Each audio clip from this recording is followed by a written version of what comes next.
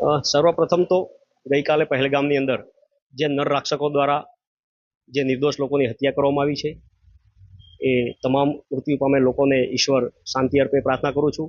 સાથે સાથે ગઈકાલે મારા મત વિસ્તારમાં તાંદલજાની અંદર પોલીસ પરમિશન વગર વકફ બોર્ડનો જે કાયદો આ દેશમાં બનાવેલો છે એ કાયદાના વિરુદ્ધમાં અને યુસીસીનો કાયદો જે બનવા જઈ રહ્યો છે એના વિરુદ્ધમાં નાના નાના બાળકોને ભેગા કરવામાં આવ્યા, મહિલાઓને ભેગા કરવામાં આવી.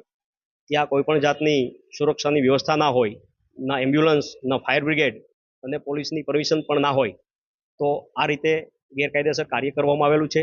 અને એટલા માટે હું આજે પોલીસ કમિશનર સાહેબને રજૂઆત કરવા માટે આવ્યો છું કે સાહેબ, આ જાહેરનામા ભંગ કરવામાં આવેલો છે. સાથે સાથે એક પત્રિકા પણ એ લોકોએ વાયરલ કરેલી હતી જેમાં લખે છે કે ભાઈ અમે પોલીસ પરમિશન મળી ગયેલ છે.